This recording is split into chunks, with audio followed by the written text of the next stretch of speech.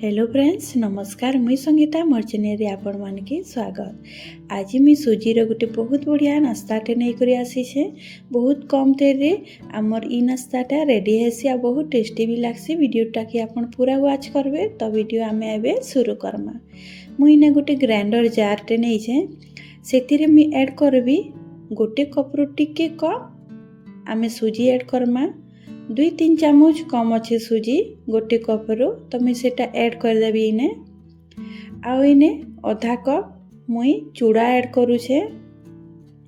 तो चूड़ाटा टिके आमर नास्ताटा टिके सॉफ्ट करबा कई करी मुई इने चूड़ा ऐड करूछे। आउ सुजी आउ चूड़ाटा गोटे कप हेबा मिसई देले। आउ इने आधा कप मुई दही ऐड करूछे। दहीटा आमर चामच रे जदि मापबे तो 3 चामच रु 4 चामच हो जिबा। आउ इने जेन कप रे मुई सुजी ऐड करी सेही कप रे 1 कप मुई पानी ऐड करूछे। आउ इने ऐड करबी आधा चामच चीनी। चीनीटा जरूर देबे काजे कि आम नास्ताटा के सॉफ्ट बनाबा आउ तार टेस्ट भी बढ़े देबा। आउ इने 1 चामच मुई तेल ऐड करूछे। आउ स्वाद अनुसार इने नून दे करी आमे ताके पिसई देमा।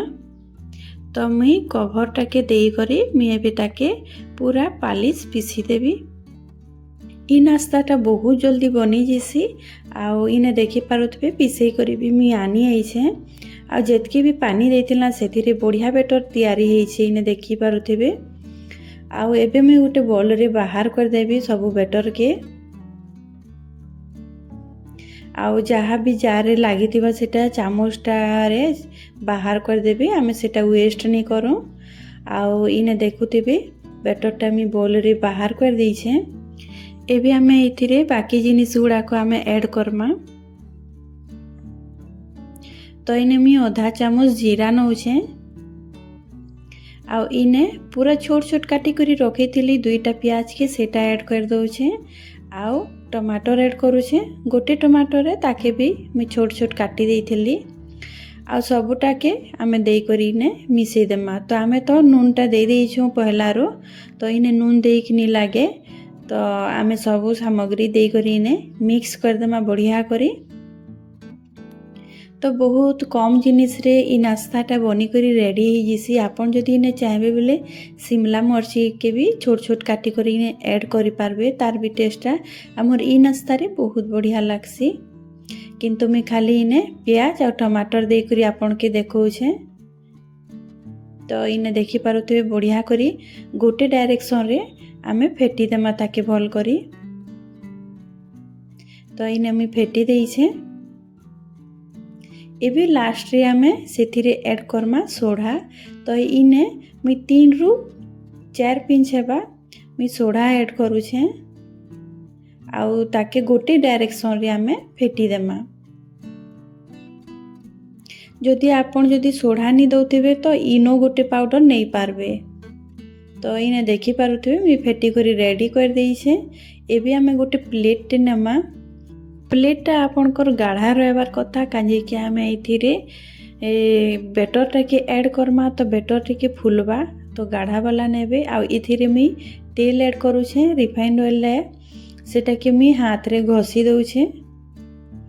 तो ऊपर जे आपन घसबे काजे कि हमर बेटर फुलबा तो ऊपर जे हमर आसबा बेटरटा तो आसानी से हमर जेतेबेले बाहर करमा सेटा बाहरी पारबा। आ इने बेटरटा मी प्लेट रे देई देइछे आउ टैप कर दउछे ताकि माने मझी रे जदि बबल्स रहबा सेटा गैप रहबा तो सेटा कवर रही जिबा। आ ऊपरे मुई इटा लाल मर्ची पाउडर इने देई दउछे टिके हल्का राग लागबा कई करी टेस्ट लाबा कई करी। आपन इतार ऊपरे जीरा पाउडर टिके भी ऐड करि पारबे। किंतु मैं बहुत कम जिनिस रे इटा के बनौछे तो मैं हल्का खाली टिके मर्ची पाउडर दे करी ऐड करूछे। आ एबे इने कोला नून ऐड कर देबी ऊपरे टिके तार टेस्ट बढ़ावा लागी। एबे आमे नहीं करी गैस ऊपरे गोटे कढ़ईटे बसई देइतिली देखुथिबे सेथिरे मी पानी गोटे ग्लास दे देइछे। आ गोटे स्टैंड टे भी रखी देइछे से तार ऊपरे आमे कवर कर देमा देई देमा। आउ कवर करी करी ताके 20 मिनिट जे आमे ताके सिझबार लागी देमा। आ पानी जेतेबेले भल करी फुटी जिबा तार बाद आपण ई बेटर प्लेटा के आपण ऐड करबे। तो इने देखुथिबे 20 मिनिट होई जाइछे मी कवर खोली करी आपण के देखौछे। तो देखि पारुथिबे बहुत सुंदर हमर नाश्ता बनी करी रेडी हो जाइछे आ बढ़िया फुली छे भी आ तार कलर भी देखुथिबे बहुत बढ़िया करी चेंज भी हो जाइछे। मी गुटे नाइफ साहाय्य रे मी आपण के देखौछे हमर बेटर पूरा पूरी भीतर जा बढ़िया सिझिछे। मी गैस बंद कर देली न। एबे गुटे पातिया रो हेल्प रे मी बाहर कर देबी काहे कि गरम थिसी हाथ रे नी बाहर करबे। आ इने देखि पारुथिबे मी बाहर कर देई छे। आउ आमे ताके ठंडा हैला बाद आमे छुरी रे साइड रो आमे टिके टिके काटी देमा ताकि हमर जे नाश्ताटा अच्छे गोटे प्लेट रे बाहर करमा तो आराम से सेटा बाहरी जिबा। तो इने देखुथिबे मी नाइफ रे एटा साइडटा टिके काटी दउछे बाहर कर दउछे। तो सुजी रो ए नाश्ताटा आपन की केनता लागुछे कमेंट रे जरूर बताबे। आउ चैनल रे जदि आपन नुआ तो प्लीज सब्सक्राइब करबा लागि नी भूलबे। तो इने देखुथिबे मुई साइड रो काटी देइछे। एबे मैं गोटे प्लेट नेबी आउ ई प्लेटटा उल्टा कर देबी आउ टिके ऊपर आडो आमे टैप कर देमा हेले हमर जेन पिठाटा बाहरी जिबा। तो इने मी टैप कर दउछे आउ एबे देखबे हमर पिठा देखि पारुथिबे बहुत सुंदर बाहरी छे कैंसी ने क्रेक नी होई। आउ एबे मी ताके पलटै देबी। आउ इने देखि पारुथिबे हमर नाश्ता बहुत सॉफ्ट बनी छे आ पूरा फुली करी हेई छे। तो एबे मुई गोटे छुरी रे मुई ताके निजर पसंद रे काटी देबी। आपन स्क्वायर कट रे छोट छोट साइज रे भी आपन काटी पारबे। मुई पिज्जा पागिर काटी देबी। तो 4 फाल में करू छे आपन जदि चाहबे बेले ताकि 8 फाल भी करि पारबे। तो मुई 4 फाल करू छे। आ इने देखुथिबे काटी देई छे मुई आ मुई आपन के गोटे पीस देखौ छे। इने देखि पारुथिबे आमे जिन टमाटर प्याज देइतिला तो सेटा बाहरु दिसुची तो बहुत सुंदर दिसुची आ खाबारे बहुत टेस्टी लागसी। एबे गैस आड़के जिमा गैस रे मी गोटे तावाटे गरम हेबा लागि छाड़ी देइथिली। सेथिरे 1 चामच बेसी तेल नी देबे 1 चामच तेल दे देबे आउ टिके चारिआडे फैली देबे तेल के आ भल करी गरम हेबा लागि देबे। आ सेथिरे एबे आमे जेन नाश्ताटा बनेथिला सेटा इने ऐड कर दउछे ताकि आमे टिके सेकी देमा ताकि हमर नाश्ताटा टिके क्रिस्पी लागबा ऊपर बहुत बढ़िया टिके लागबा। तो इने मी तेल रे टिके फ्राई कर देबी ताकि सेकी देबी। तो तेलटा मी सब आडे टिके फैली दउछे पिठाटा देई करी। आउ एबे गुटे साइडटा हमर देखुथिबे भल करी होई छे। तो मुईटा पलटै दउछे। आमे पूरा टिके टिके लाल करमा क्रिस्पी करमा बाहरटा। तो मुई ताके टिके भल करी पकाबी। तो इने गोटे साइडटा मैं पलटै देइछे देखि पारुथिबे।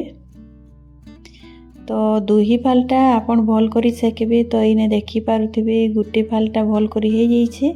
एबे तल फालटा भी हमर भल करी सेकी हे जाइछे मैं आपन के देखौछे। तो देखि पारुथिबे हमर तेल रे सेकला बाद तार कलर आउ चेंज हे जाइछे आउ बाहरटा हमर क्रिस्पी हेछे भीतर किंतु सॉफ्ट अच्छे।